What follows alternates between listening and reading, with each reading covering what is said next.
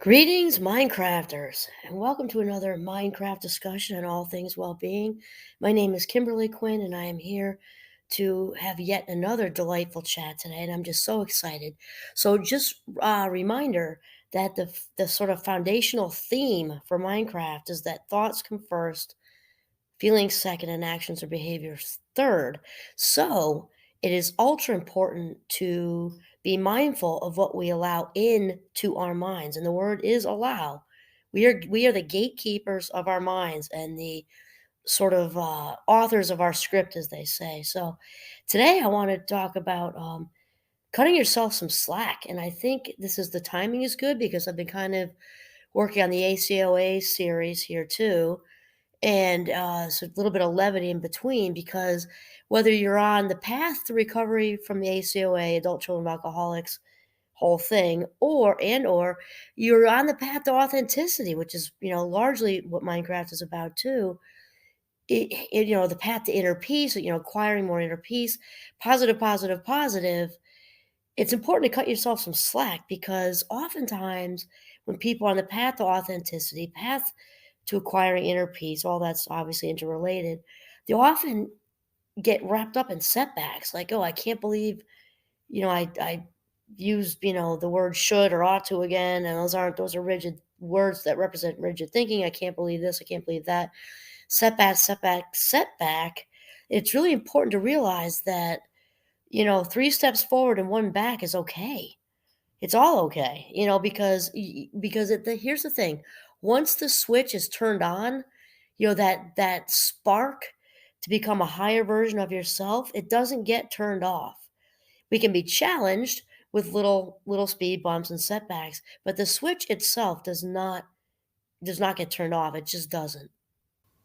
And here's the thing. Once we're on the path to becoming, a higher version of ourselves, and more authentic, more peaceful, with a calmer mind and all this stuff, you can almost expect challenges to happen because the idea is to grow and advance spiritually, right? So we're not going to do that without some challenges. It's just how it works. So maybe rather than look at, oh, there I go again, there goes my anxiety again, I thought I was past this. No, it's just the universe, higher power, whatever, working with you to bring you to this higher place. So it's better to really look at, quote unquote failures as just learning opportunities. I know that sounds really cliche and people don't like the F word meaning failure, but really that's what it is. There really are no failures, only thoughts about failure, right? Only thoughts about failure. And it is and how we look at it. It sounds cliche, but it's just true. And if we can look at whatever, there went my anxiety again, there went my depression again, there went blah blah blah, blah there went, I screwed up again, whatever. To just look at it as a situation of yet another opportunity to kind of climb another notch up higher towards your higher self. And Sean Aker refers to it as falling up, right? And I like to say falling forward, falling up, falling forward, and that whatever it is, we are growing from it. And that actually leads us right down the pathway to a higher version of ourselves. And then remember also that when we're talking about being the highest version of ourselves, this involves a large dose of self-love and self-compassion. And remember that one of my big missions here is also to help channel value, help people see their own value. And so while we're along this ride here, this wonderful ride towards authenticity, it's just I can't express enough how important it is to be aware of our own needs and be kind and gentle and compassionate with ourselves. Remember that as of right now, just barely into 2022, we're still in a pandemic situation too.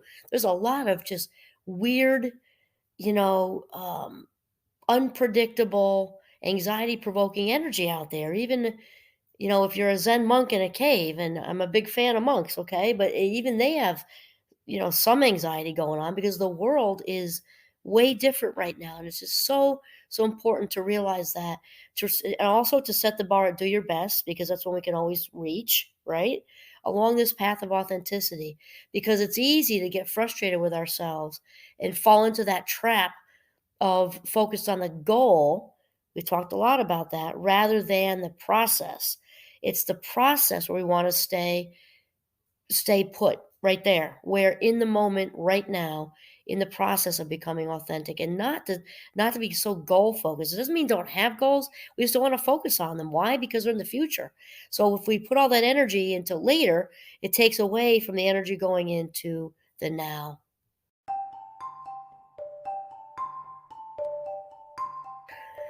And I know for myself, I just decided to share this just now because we've had a lot of change, big change going on in our family, and it's really good. One son got married rather quickly. Been in love with her for a few years now, and that wasn't a surprise. But the wedding coming up so quickly was a surprise. The other son is getting married. We also adore his partner, Jamie. She's a sweetheart.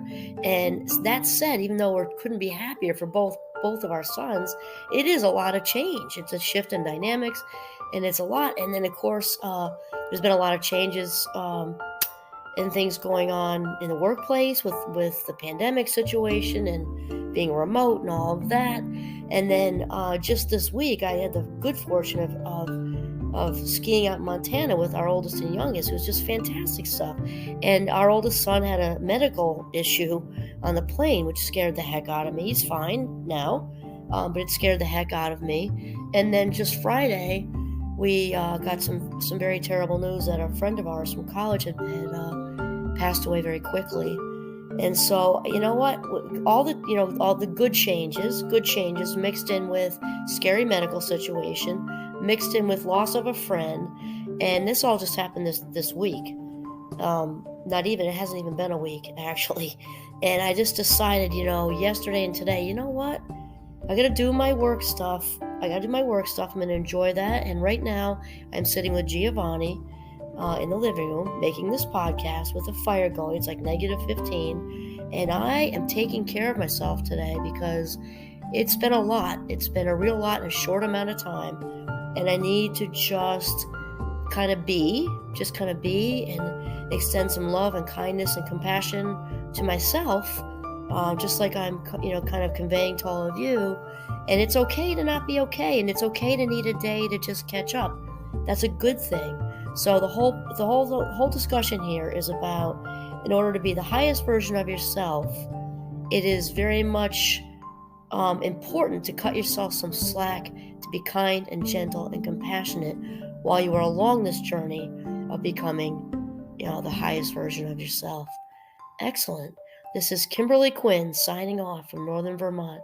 Have a mindful, very compassionate day.